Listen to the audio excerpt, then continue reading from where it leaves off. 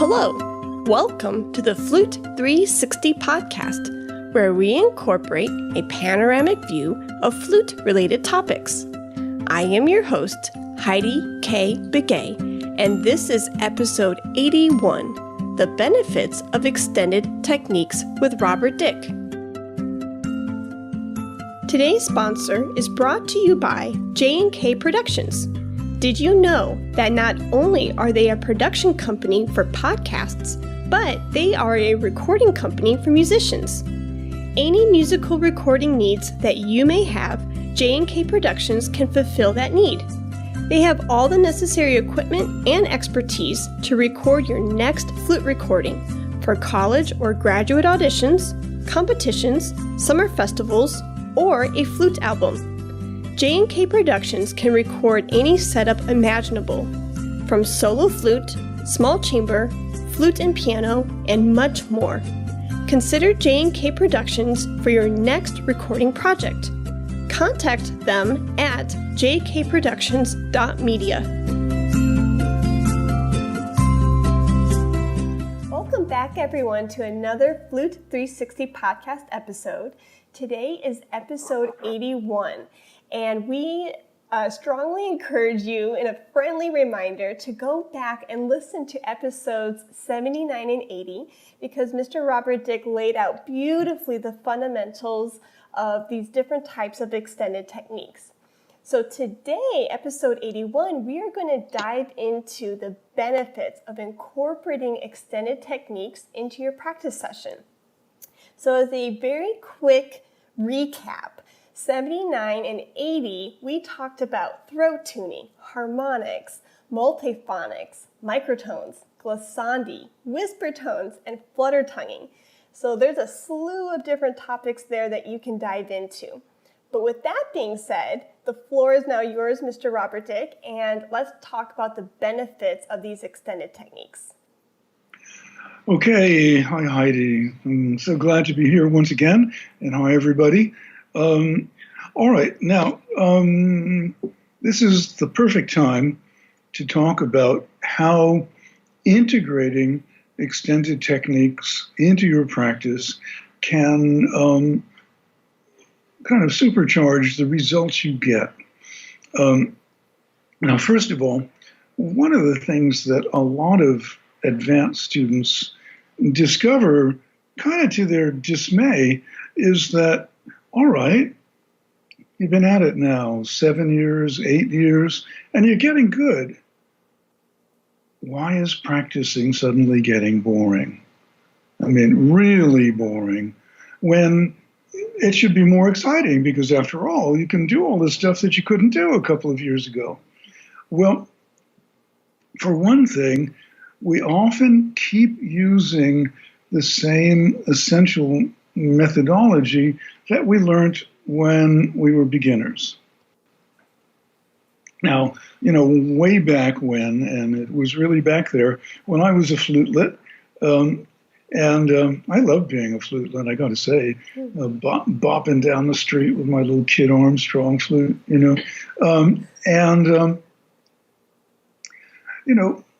there were 8 things to do for each lesson. And those things were a line or 2 lines long. And so you do each one half a dozen times, and you're done, and it's great. So, and then there's a time to fool around a little bit, and which I really encourage. If you're scared of the word improvisation, don't use the word improvisation. Use the word fool, the 2 words, fooling around. Okay, because you can't be scared of fooling around. Yeah. So now, suddenly you're in college. How many things are there to do? A lot. A lot.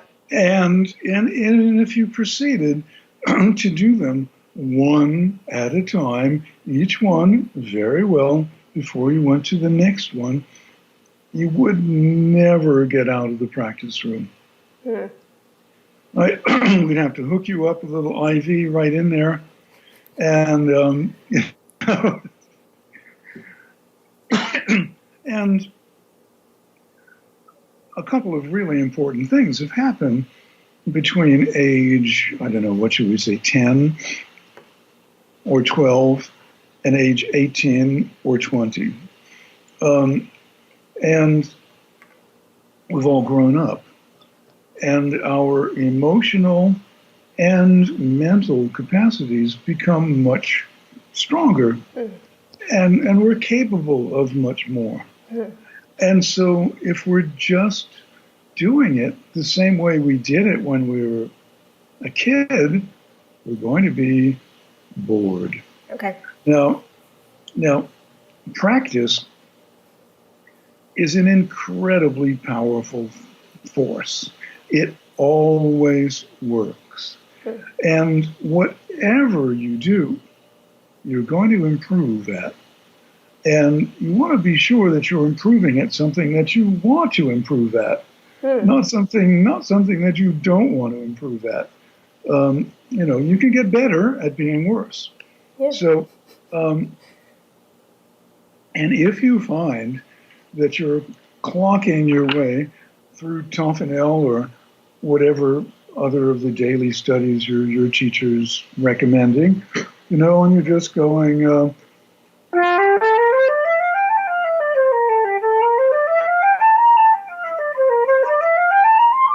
and really, you're a million miles away. You're traveling through time, you're traveling through space, and in the background there's some flute scales going on. Well, what are you actually practicing? You're practicing not concentrating. And you're getting better at it because you're doing it, and therefore you're improving. Now, comes the time when it's time to play your recital, and you go out on stage, and you are fighting and battling and struggling to find your concentration. Well, no wonder it's so tough, because you've practiced not concentrating. So we need to raise the level of our engagement when we're practicing so that we are fully involved. And the intelligent practicer, and intelligence counts. It's okay to be smart. You've got something in your head called a brain, and it's not just there for resonance. We know head resonance is important, but an empty head, while resonant, is pretty useless. Now, and so let's put aside all those myths about how if you think too much, you'll be less expressive. It's not true. Let's call Leonardo da Vinci to the stand. One of the greatest creative artists in history.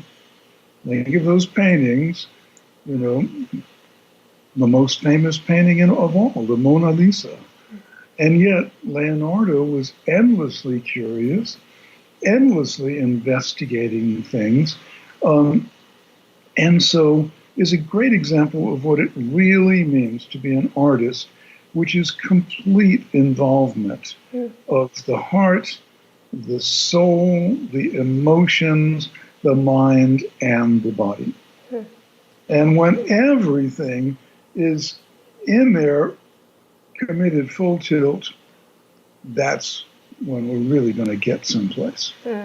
So the intelligent practicer knows that except for certain isolated moments when, you just have to zero in on some micro problem, that doing one thing at a time isn't enough because we'll be bored. So the intelligent practicer is doing more things at the same time, which fully involves her. I see. And using these things beyond the tradition and actually, in many ways, reintegrating things that always were there that got left out. The singing and playing that we've talked about, the singing, well, that was always part of the French school. Every day, every student had a solfege class. Well, here in America and many other parts of the world, we don't. And frankly, when I was in music school, if I had understood how important that was, I wouldn't have cut all those classes. Yeah. And I wouldn't have minimized my efforts in those departments. And but I fell for the just practice, everything will be fine thing. And I fell for it harder than most. And then 10 years later, I found myself at home working on all this stuff that I should have been doing 10 years previously, feeling really stupid. Yeah. So anyway, now, on purpose, I have not warmed up today.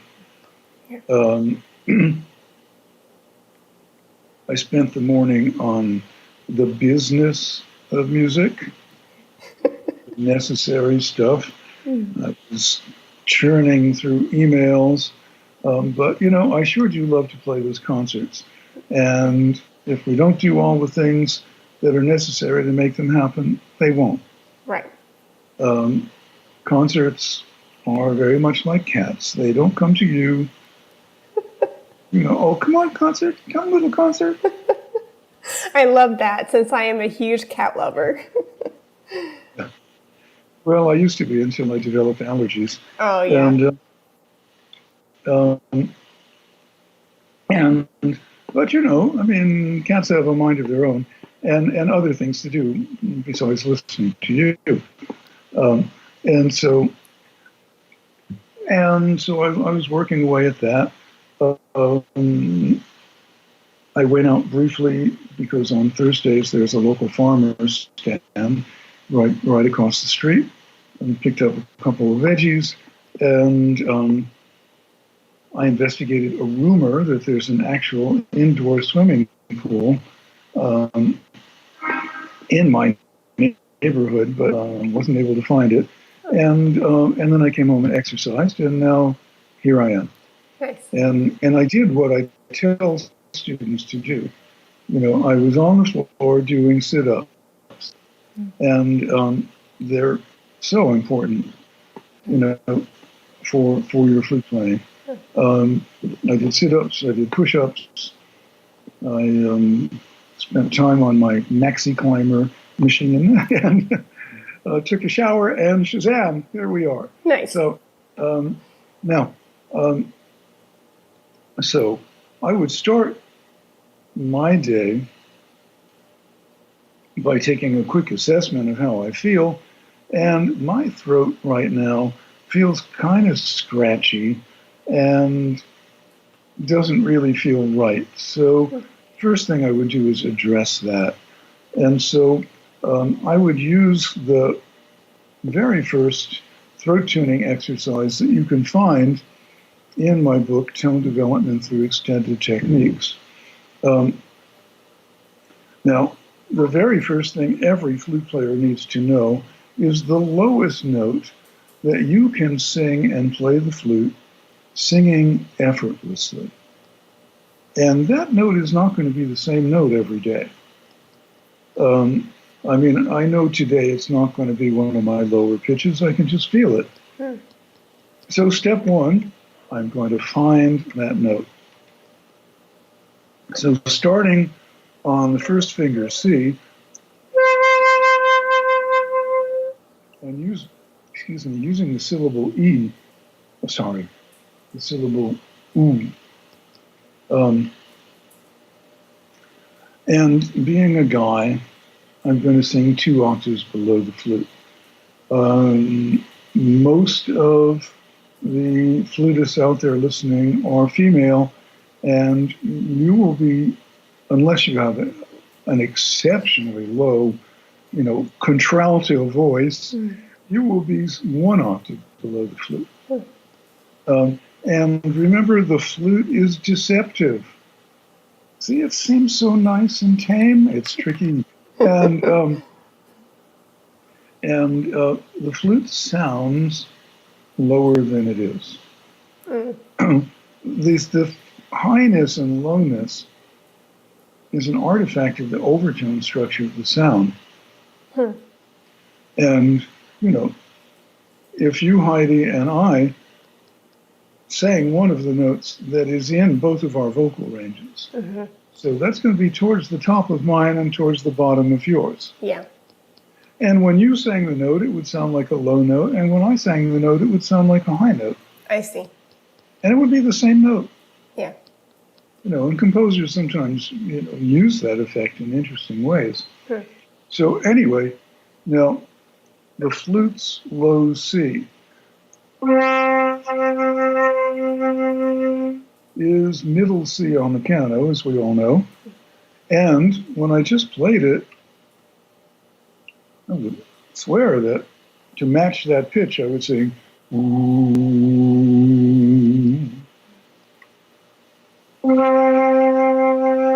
And I would have missed by an octave because it is actually ooh.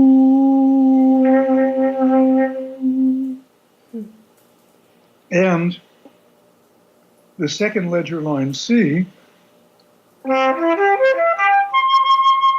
well, it's a high-ish note. It doesn't sound extremely high. When sung, that is the opera singer's coloratura super high note. That's when the roses come flying from the third balcony. The marriage proposals come from, Rome and, Yeah. So, and it's the same note. So when we're finding the octave to start in, we need to be aware of that. So, now I can't actually sing in unison with that note C. But I can sing one octave below it and 2 octaves below it. So now I'll start there and slowly go down the chromatic scale and feel what it feels like.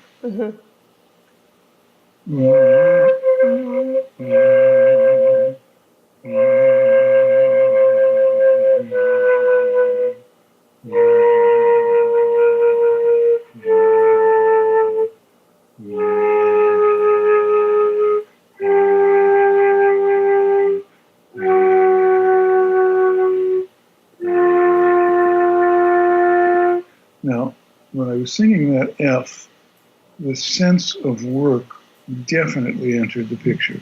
I could feel it and hear it. So let's back up a bit.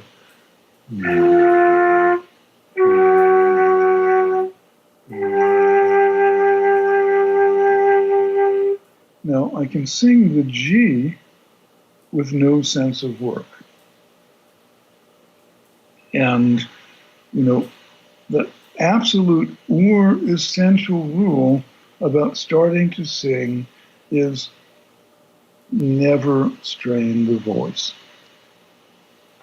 Now, we're humans, we're going to make mistakes, and, the earth will not fall into the sun. But if you do strain the voice, stop and rest. And when you feel your voice getting tired, from the very beginning, the very first signs of tiredness, stop. You're done for the day. And at first, it's going to happen really fast. And that's normal. You can say, hey, I'm normal. Okay, so now, Taffanel and Gaubert. Number 1, and I'm going to start in the key of G major. Now there are 4 repetitions, and I'm going to play the first one, and I'm going to play it as best I can right at this moment.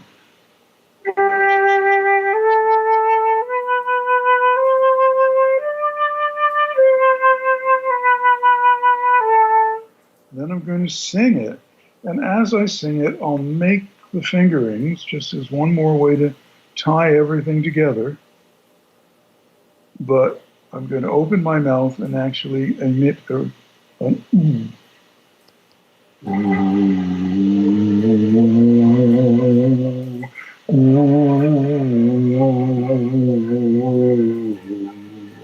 And take plenty of breath. Singing uses more air than flute playing.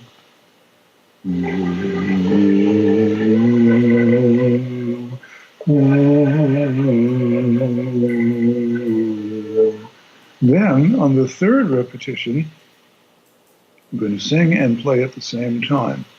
And now, this is called singing and playing, not playing and singing, because we're singing and putting the flute in front of the voice, not playing and trying to squirt the voice into the flute airstring. Okay? So, listen to your voice first as you do this. And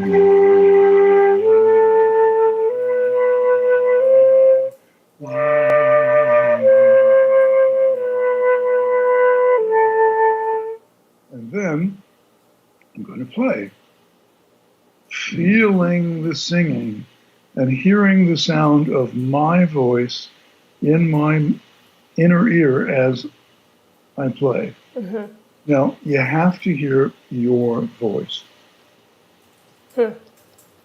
Because we're humans, when you hear your voice, your body changes.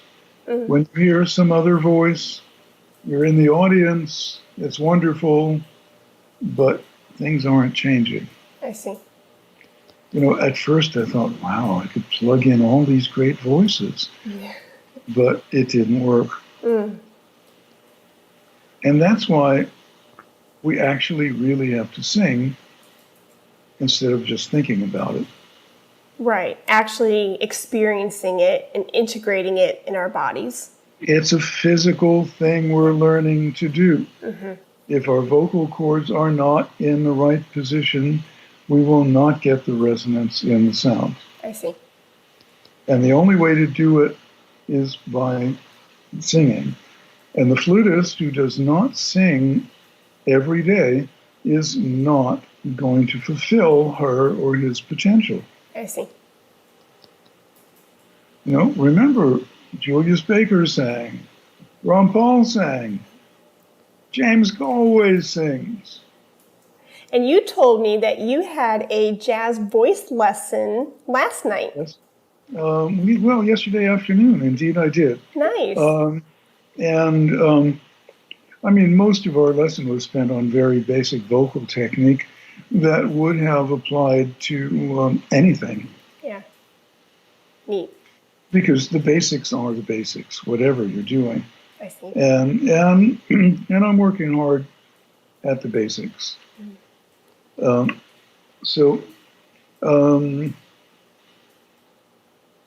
But I signed up I'm taking a course on vocal improvisation in November, and I'm going as a singer. Nice. To challenge myself. I love that. Okay, so here we go. Now I'm going to do all four, and this is unstaged. I'm honestly trying to do the best I can do at this moment on each of these four repetitions. But listen carefully to see if you can hear the difference between number 1 and number 4.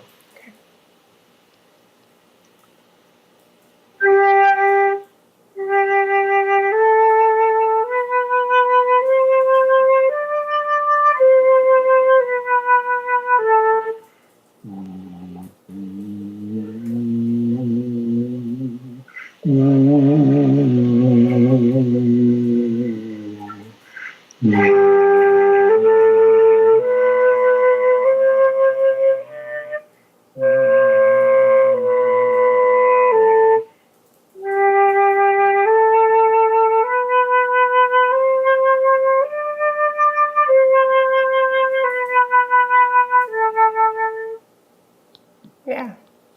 Okay. And you see, after 30 years of doing this stuff, it's still working. Wow. Now, once I we did that for a while. I would go on to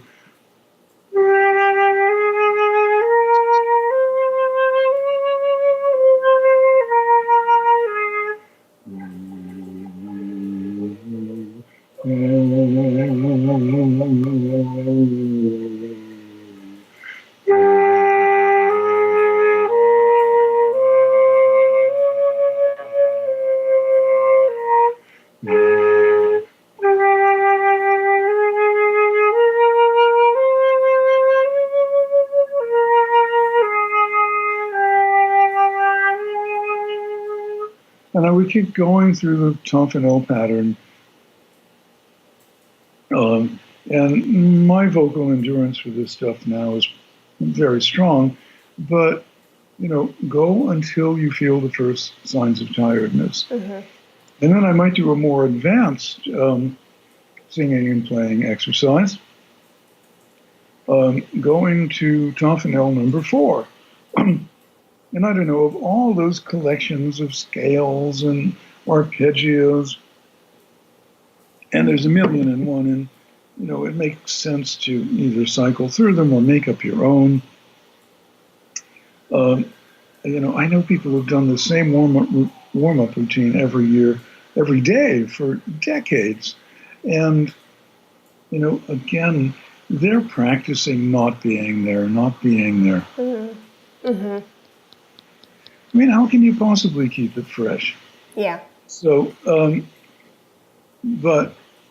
so here we are in number 4, and I'm going to start in A minor. Why not? Okay. I'm going to do it this way. I'm going to play on the way up and sing on the way down. Okay. And there's going to be places where I'll have to change the octave I sing in as this pattern moves too high for me to sing. Mm-hmm. At least to sing 2 octaves below the flute. So.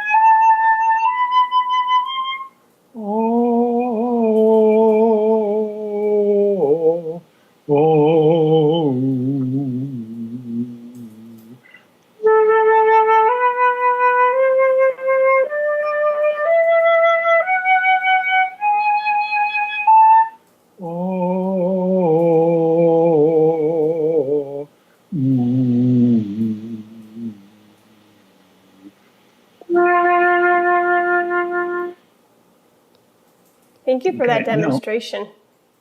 you're welcome. And now,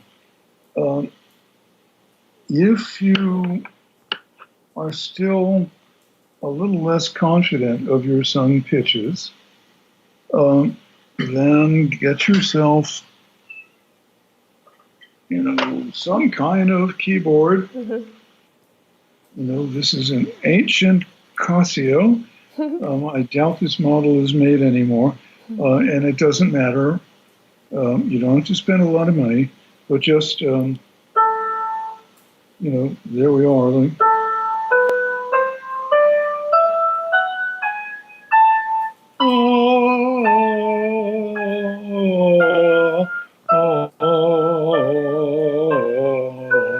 And just give yourself the pitch.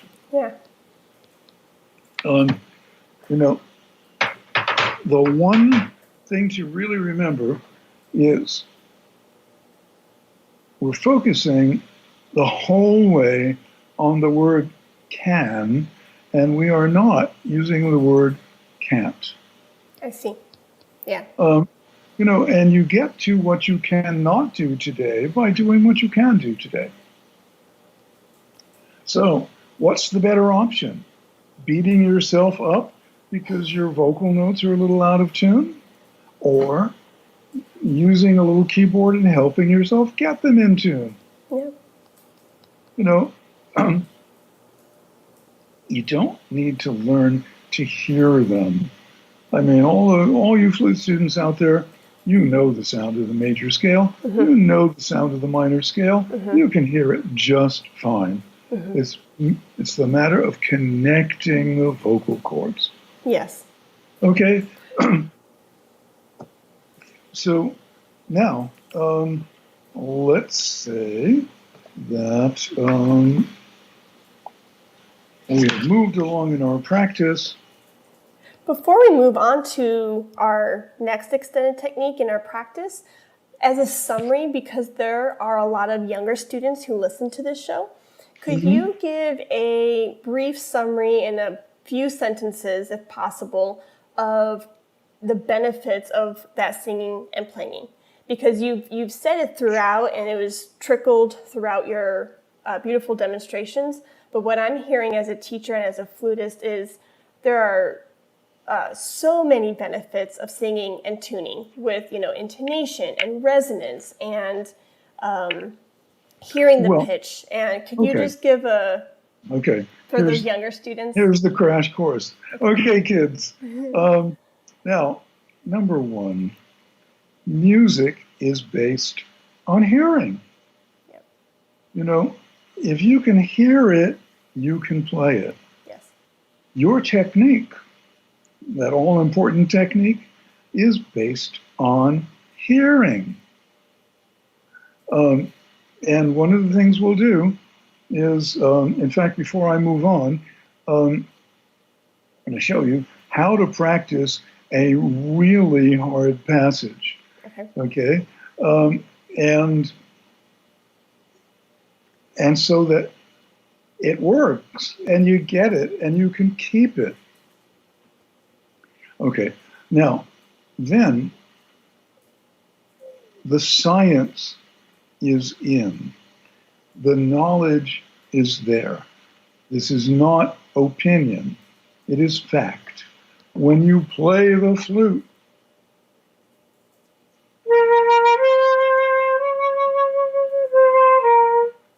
the air is flowing through the flute out into the world. The sound, much of it is going back through you. And is shaped by the resonances in your body, and more happens in you than the flute, right? Because when you're in your band and you try your friends' flutes, who do you sound like? Them? No. You sound like you. Yep. And when they play your flute, they sound like them. The sound goes with the person. And it is not because of the shape of the lips. It really isn't. It's because of what's happening inside, or what's not happening inside. And the way to make it happen is ultra simple, is singing. And put aside all that, I don't want to sing. Well, that's too bad. When you do sing, even if you have to make yourself sing, you'll start getting better at it, and then you'll start liking it. Yeah. I can't sing. Of course you can sing. You don't sing. And if you accept that you're a beginner, and, and my philosophy, which has worked very well for a really long time, I'm still managing to get better after 61 years of playing, is that I am a virtuoso in many areas of flute playing. And I'm at an intermediate level on some things I've been working on that I might not be ready to release to the public yet, but I'm working on them. And I'm also always a beginner at something. There's a joy in that. And you kids have been in school long enough to have noticed that your teachers, take a look at your teachers, divide into two categories. They really do. There's the ones that are happy to see you and who are happy to be there. And then there's those other ones. Everything's a problem. Good morning. How are you, Mr. Smith? Yeah. Well, I'm here. That's bad enough. All of that stuff. What happened to those people? They weren't born that way. Honestly not. Everybody is born a baby and in a state of innocence. And once upon a time, they were music students, all excited about music and learning. And how did they get from there to no internal pressure, And, well, there is an answer, and this is what it was. Either in a moment of clarity and clearly thinking about it, or just kind of letting it happen over time without thinking about it. They decided they had learned enough. I know everything I need to know for this gig. And when that happened, they cut themselves off at the roots, and the joy of learning left their lives. And then it all became a job. A job they're not paid well enough for. Well, that's a reality that we all have to make peace with. When I was, say, 20 years old, if I could have played baseball as well as I played the flute, I would be a very wealthy man today. Yeah.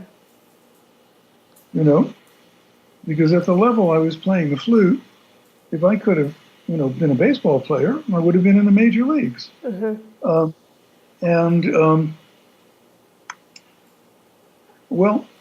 And that's just the way it is. Baseball can, they can fill a 50,000 seat theater 162 times a year. I can't. And that's just the way it is. And now I'm not going to spend my life going boo-hoo about that. There's music to be made and joy to be had. And life to live. And a certain relief that I don't have to stand there and try to hit a 95-mile-an-hour fastball. Yeah. And look like a real fool.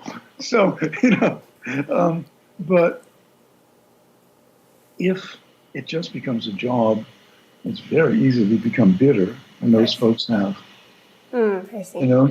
And they're thinking about, I was dreaming of playing in the New York Philharmonic, and here I am, conducting a junior high school band in Poughkeepsie. Well, there's a lot of wonderful things that can happen in the junior high school band, and I've seen them happen. Yeah. And been part of it. So, come on, phone. Oh, dear. Well, I'll have to call that person back. Okay. Anyway,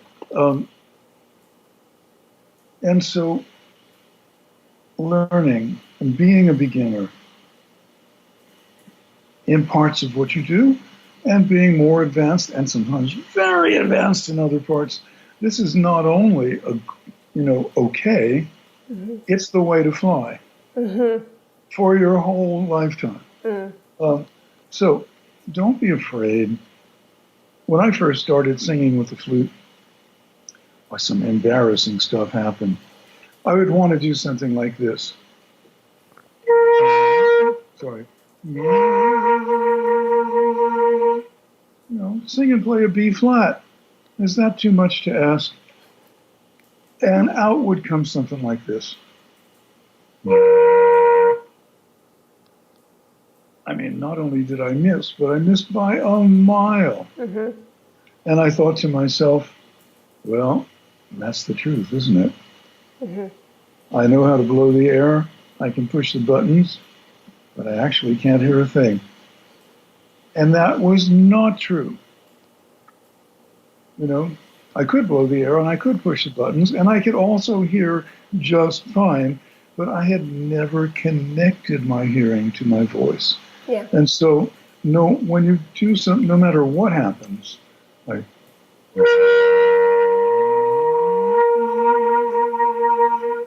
just glide your voice until you're in tune. And don't move to the next note until you are in tune.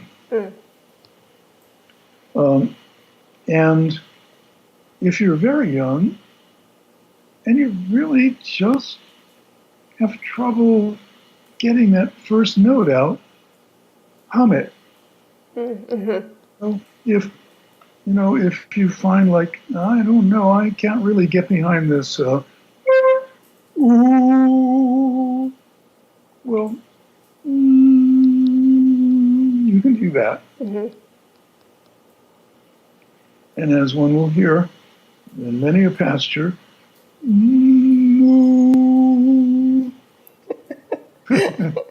just go from to ooh through moo. Nice. It'll make you giggle. Yeah. So now, okay. So the science is in, and when you're playing, your vocal, we don't just hold our throat open. We've moved on from that. What we do is our vocal cords are silently moving with the flute.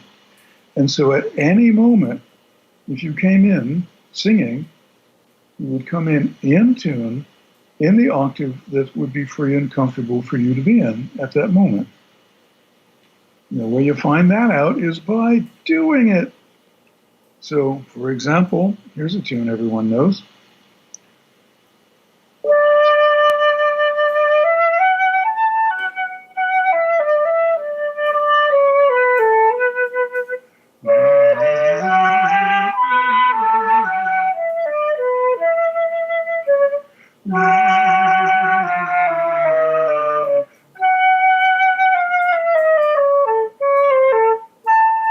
If only we can remember it.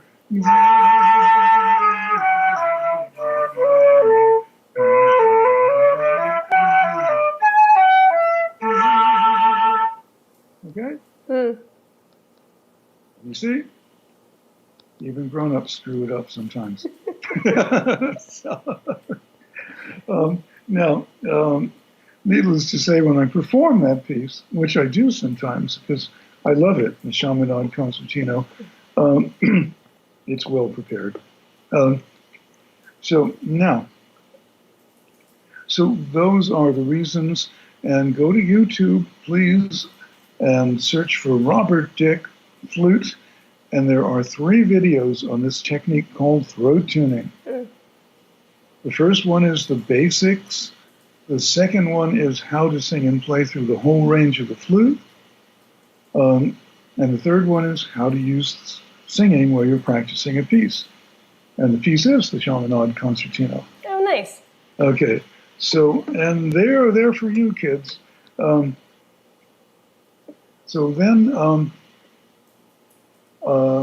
Okay.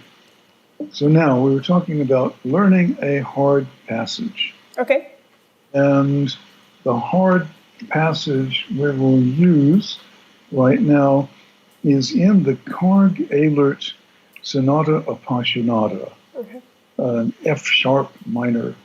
Okay, and towards the end of the piece, where it starts going really fast, there is this little figure that gets repeated 3 times.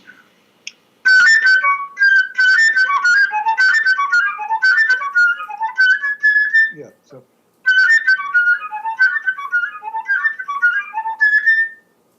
Okay, so now that's in the 3rd octave. F sharp, A, F sharp. So F sharp, A, F sharp, C sharp. Then F sharp, A. Yeah, so F sharp, A, F sharp, C sharp, F natural. So F natural, D, G sharp, A. So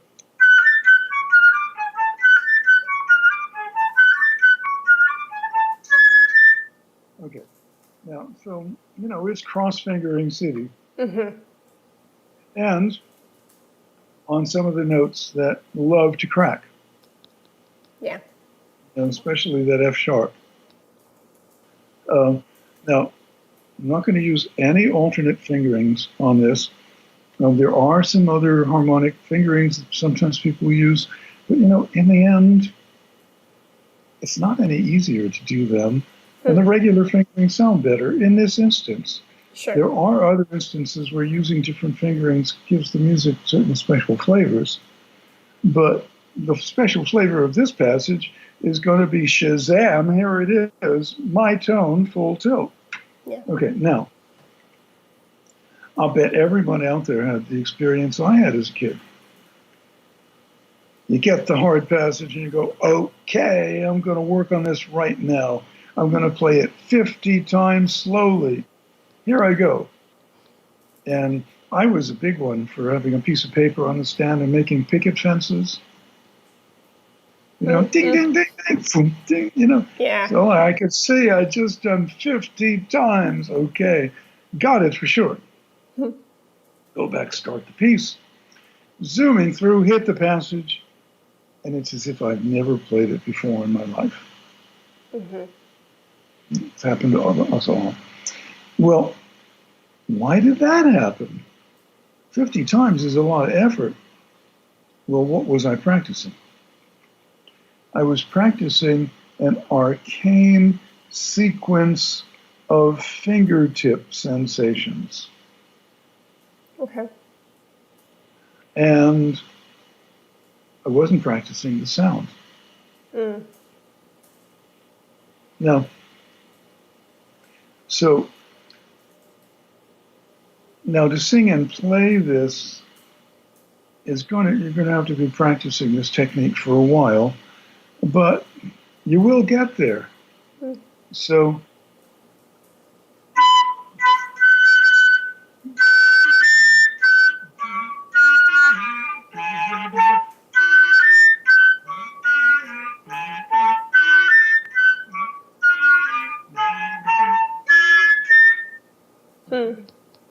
and it would be really worth it to take the flute away. Flute can be very distracting when you really want to learn the music. Okay, so I've got my trusty Casio here, and my inept keyboard technique.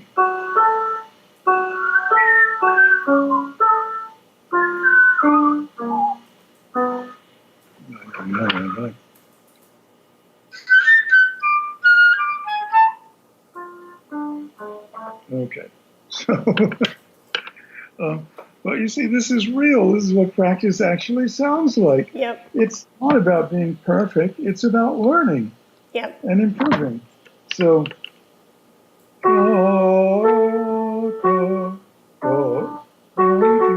yeah.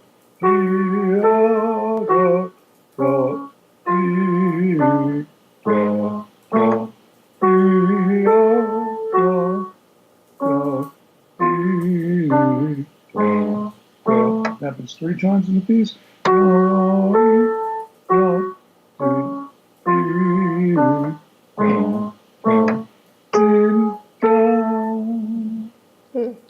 Okay, so now, without singing and without playing, just hearing it in my head, and pretending to sing it.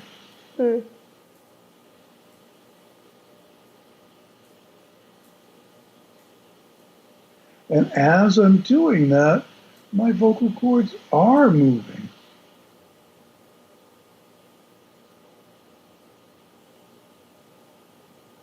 Doing what they will need to do behind the flute. But more than that, I am learning the music, not the fingerings. Yep. Now, if you're in your first year or two playing, it's understandable that you might have to stop and think about the fingerings of some of these high notes, especially as they fly by. But as you play longer, trust your practice. Okay. If you can hear the F sharp, your fingers are going to go where they're supposed to go. And what your brain has focused on one thing, the sound. No, all these other things happen because of that. Now, if you're thinking of the fingerings to get from F sharp to A, let's see, how many fingers have to move? 3 in the left hand and 2 in the right hand, in opposite directions. Yep. Now, what are the chances of all those things happening in perfect rhythmic unison if they're not driven by some musical reason? It only takes one of those fingerings to get a little out of coordination to completely disrupt the sound, and out comes something horrible. Okay. So, so you can also practice this playing the flute an octave lower. So,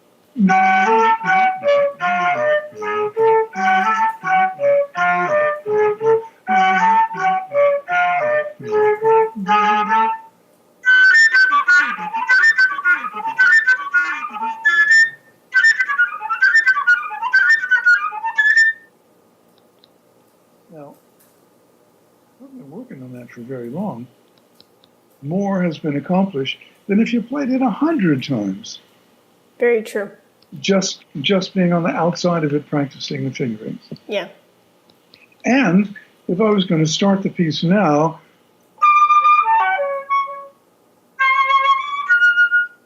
when I got to that at the end, it would be there. Yeah. So, musical truth comes from hearing and being able to express it inside, which comes through our voice. Yep. And why? Because we're made that way. Yep. I don't know. If we were goldfish, I suppose we'd have a different approach.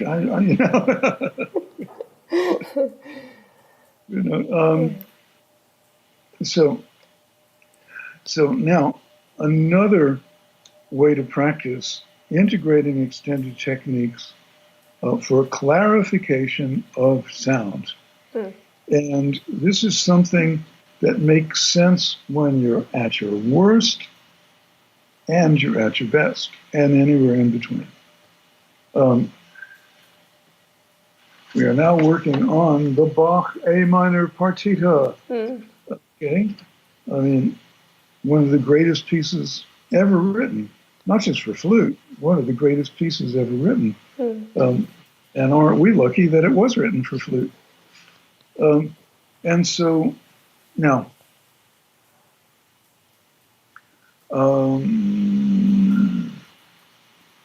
we're going to the first passage where people sometimes have trouble.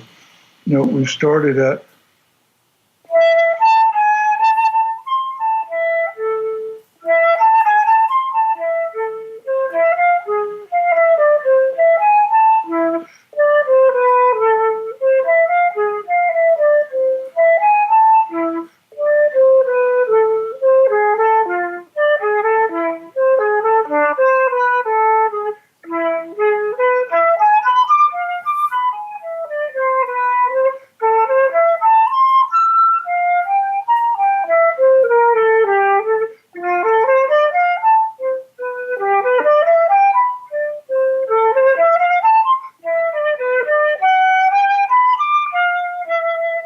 suddenly we're in C major.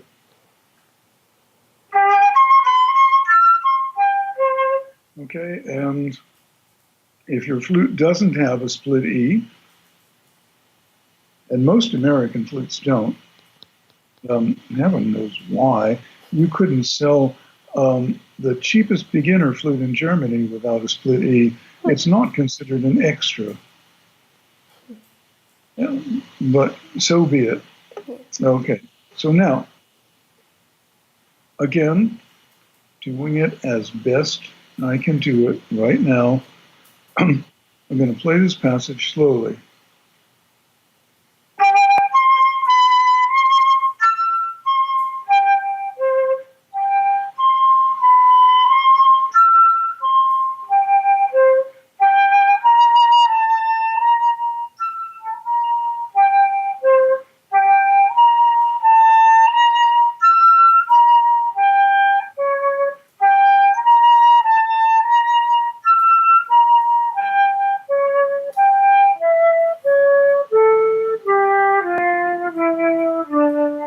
Okay, now, here's how I would practice it.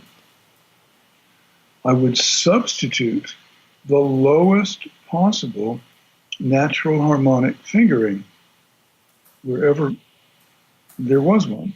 And in this passage, until we get to that little scale at the end, all the notes can be played as natural harmonics. So the G, okay, our first thing is G, C, B, C, E, C, G, C. Okay? It didn't sound like Prince, did it?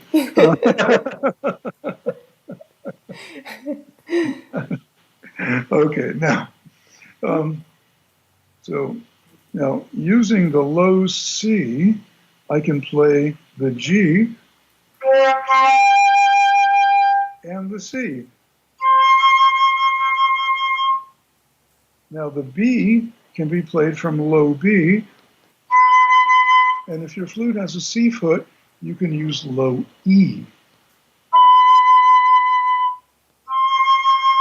Then the E, C, G, C can all be played from low C.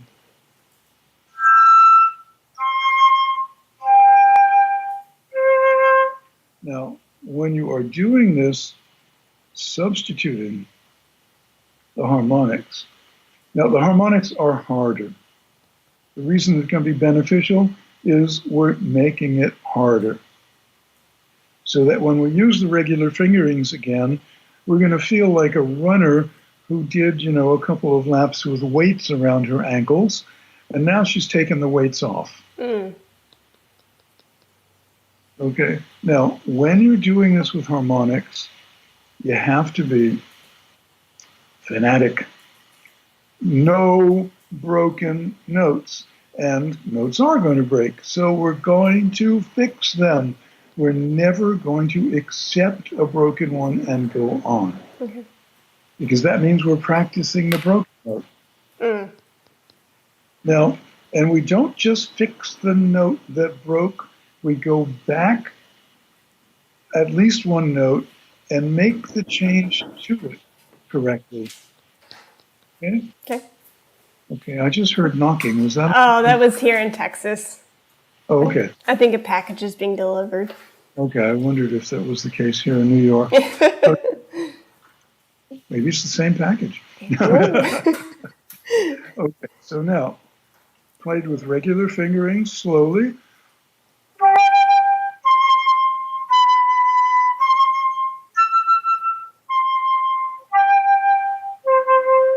And now played with harmonics, even slower.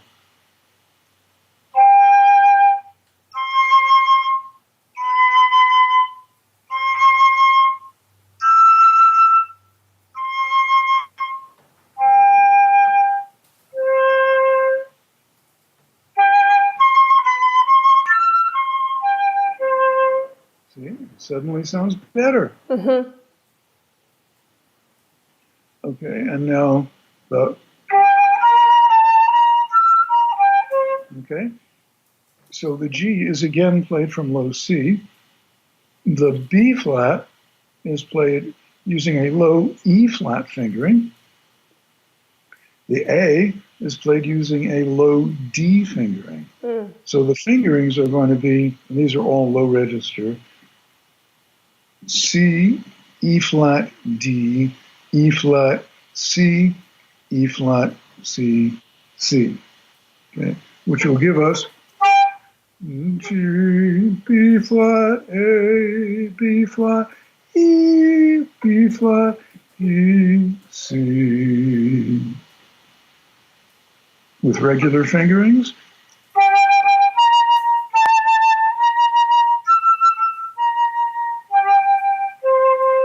And now with harmonics.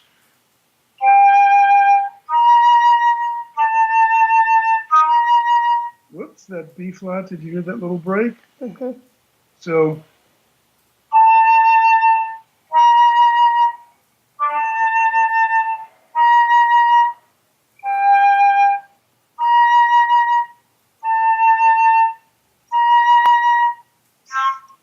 whoops, and that E broke. So,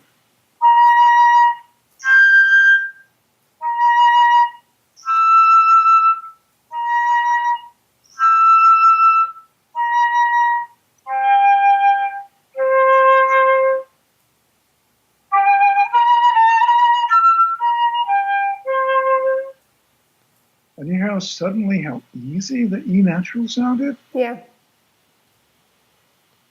And so now, you know, talking to you kids who are like in your first couple of years of playing, you know, when you come to that high E, it's a moment of fear. Well, we can take the fear out of that note. It's just a note. Mm-hmm. You can play it. And if you make it a little harder, now, if I had never played harmonics before, I would start with the easiest ones.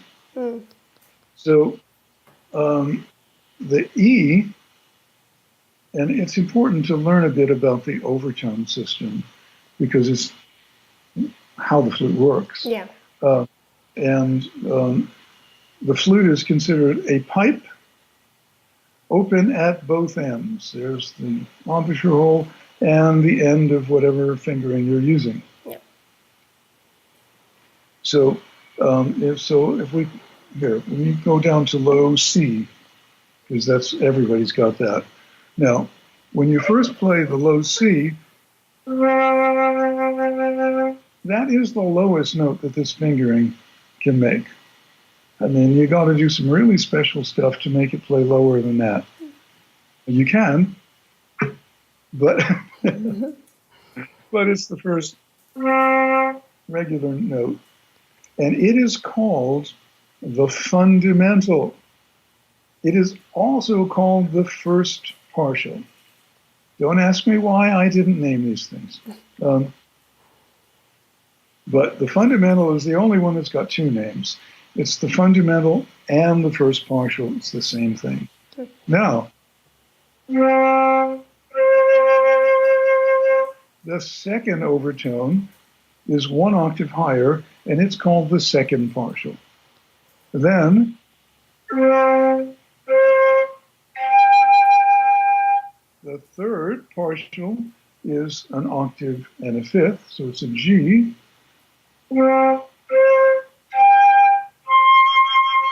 Then we have another octave, major third, E, octave, two octaves in a fifth, high G,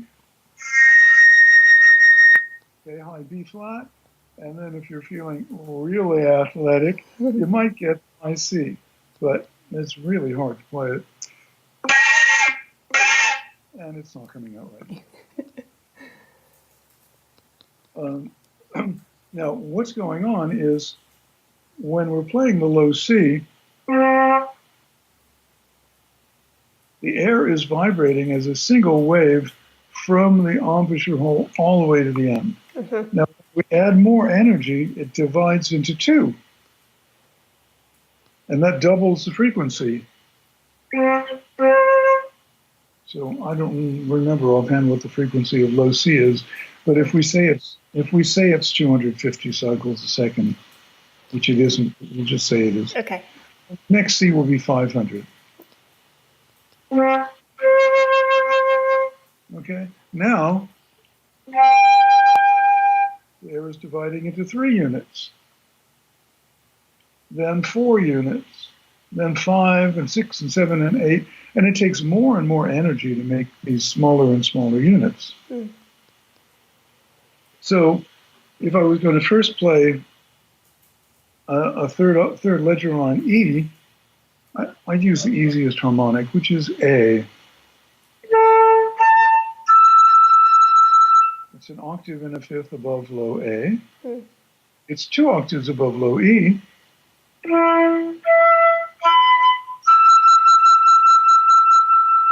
It's 2 octaves above low E.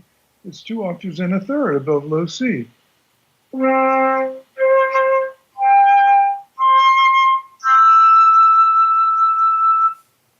Okay, so now, just in starting to think your way through this and experiment a bit, you are going to be, your hearing is going to like move to new levels.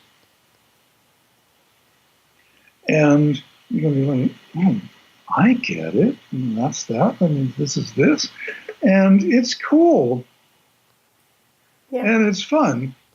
And, and then we come to the realization that on the flute, there actually is no such thing as one note at a time.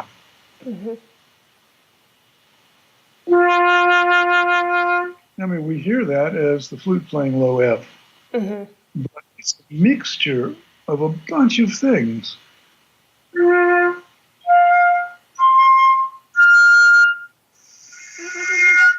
Okay, like the first 5, the A is very weak in there, but it is in there. And then there's also a tiny component of pitch noise. Now, I know we're trying to refine the sound so we don't hear the noise, but if you were in a sound studio and you filtered it out, the flute wouldn't sound like a flute. It's in there, and we're not hearing it as noise unless we want to.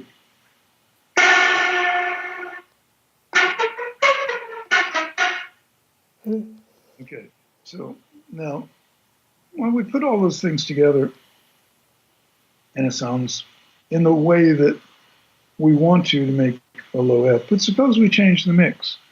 And so we're going to make the second partial much stronger in the sound.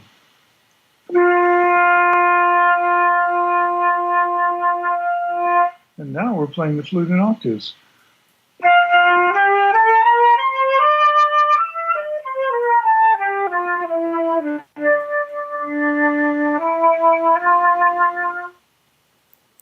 Which is a fantastically useful sound if you want to play romantic violin music.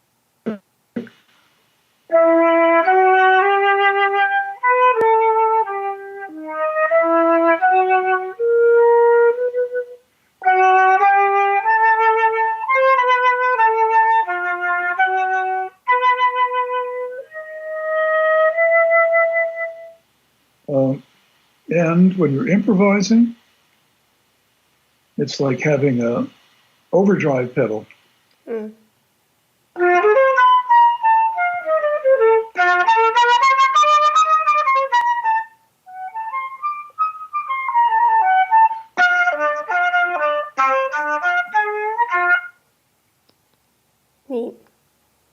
Yeah, so you can vary the tone color on the flute lots more than is asked for in classical flute playing, and there's nothing wrong with doing that. And as you practice that, your colors in classical flute playing will grow. Yes. So here, check this out. I'm going to play a B flat, and I'm going to start on low B flat, and I'm going to slowly increase the strength of the octave until it is an octave.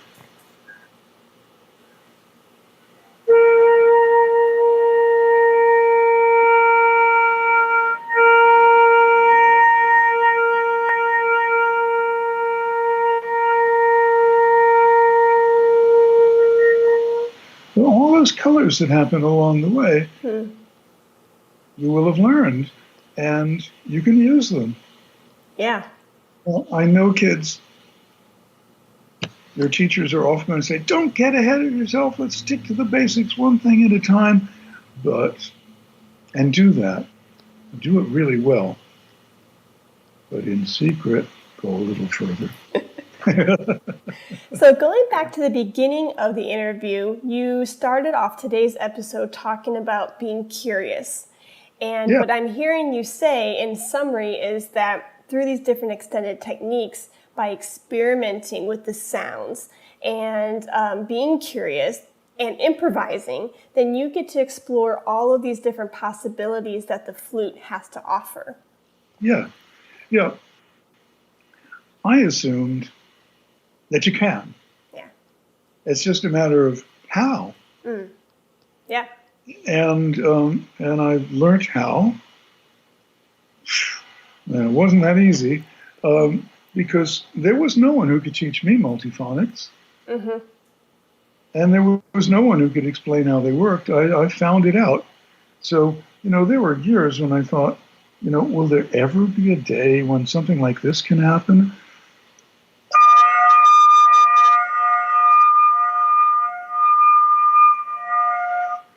I just, could not figure out how to sustain that because I was going at it wrong, changing the breath. Well, I since learned.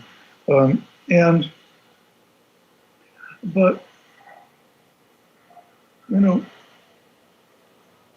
it's a big world out there. And a big cosmos, and there's just so much that's so exciting. And, and all of you, when you listen to music for your own pleasure, I hope that you're not just listening to classical flute playing. Yeah. I mean, I've listened to a lot of classical flute playing in my life, especially, in my student days, and in the years immediately afterwards. But you listen to other stuff too, I hope. And whatever that is that you like, and you don't have to justify it. You don't have to explain it. You like it. Well, other people like it too. And why not learn to play some of it? Yeah, very true. And people will go, yeah, that's cool. And so, when you think about whoever your favorite singer is right now, maybe you want to learn a couple of her songs. Yeah, definitely. And try to do it by ear. It can be very hard at first, I know. But if you can, instead of immediately reaching for music. And so the first thing to do is you can use this program called the Amazing Slow Downer. Okay. And there's even a free trial. And you can put a recording into the Amazing Slow Downer, and you can slow it down without changing the pitch. So, slow it down. And then sing along with it. Make it go super slow so that you can find every pitch. And sing along with it. Then when you can sing, then from the voice to the flute. So if it's like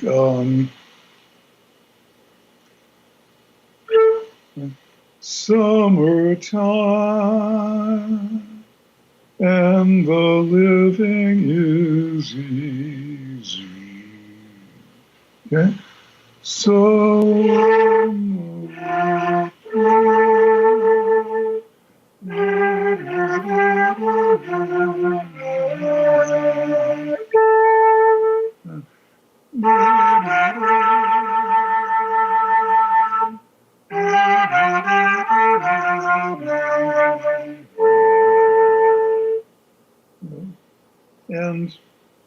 I'm not trying to do like some pyrotechnical, ultra virtuosic thing. Yeah.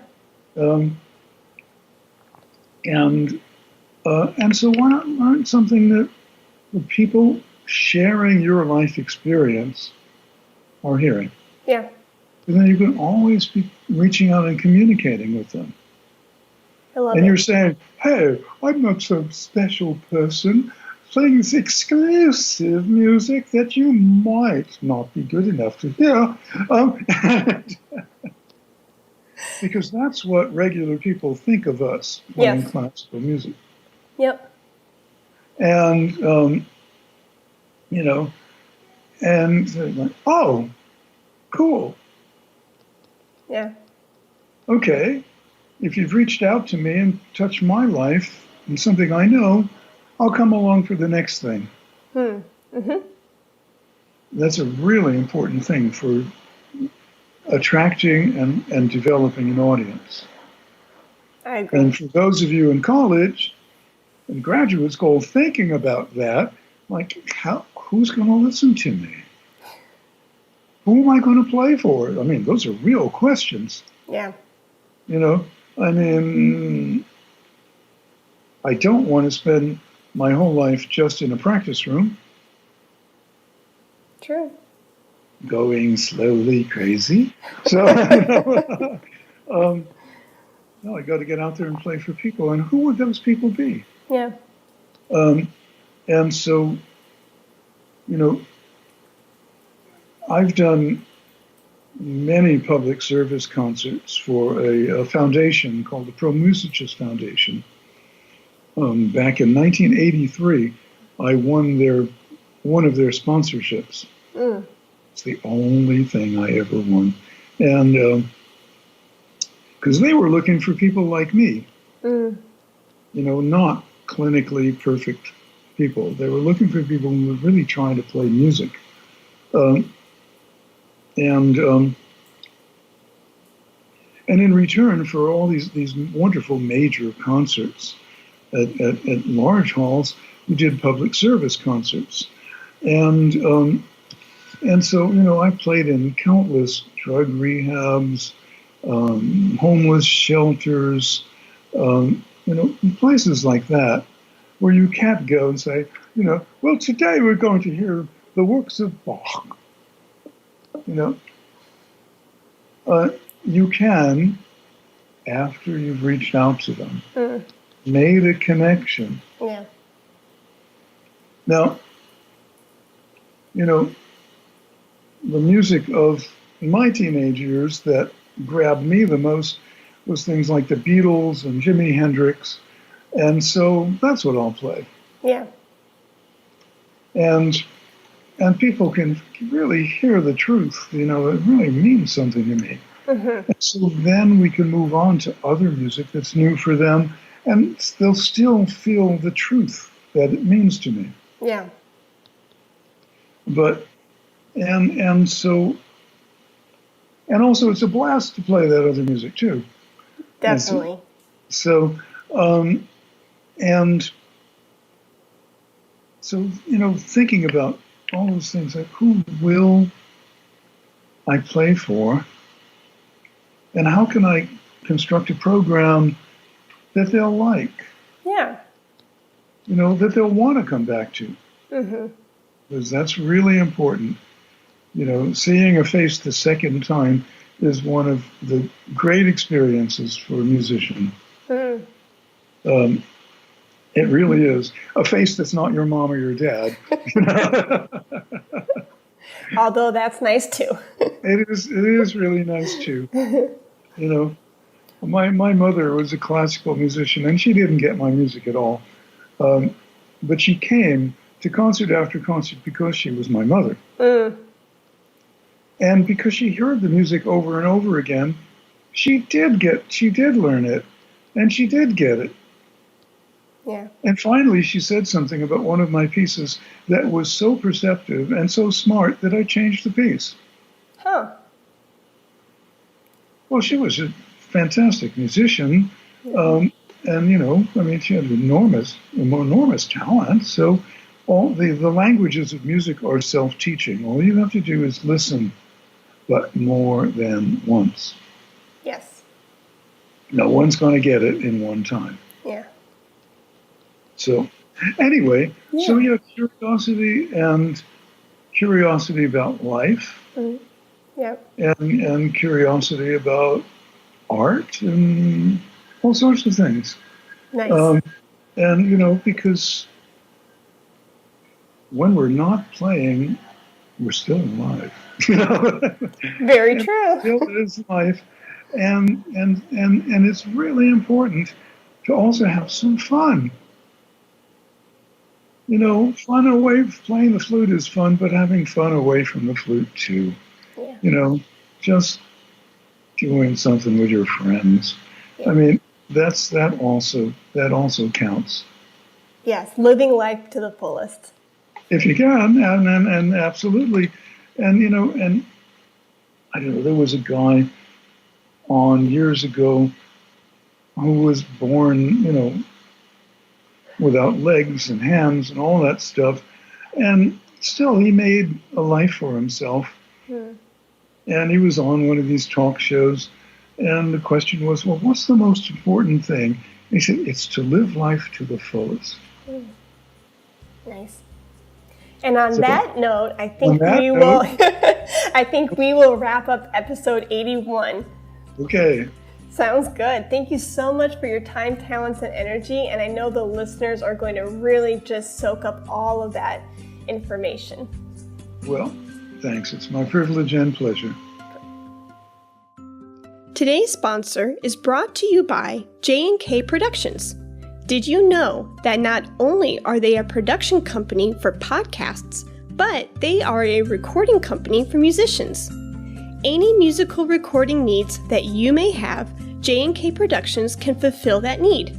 They have all the necessary equipment and expertise to record your next flute recording for college or graduate auditions, competitions, summer festivals, or a flute album. J&K Productions can record any setup imaginable, from solo flute, small chamber, flute and piano, and much more. Consider J&K Productions for your next recording project. Contact them at jkproductions.media. Thank you for listening to the Flute 360 podcast. For more information, please visit HeidiKBegay.com. And if you enjoyed today's episode, please rate and review in the iTunes store. Let's talk about flute.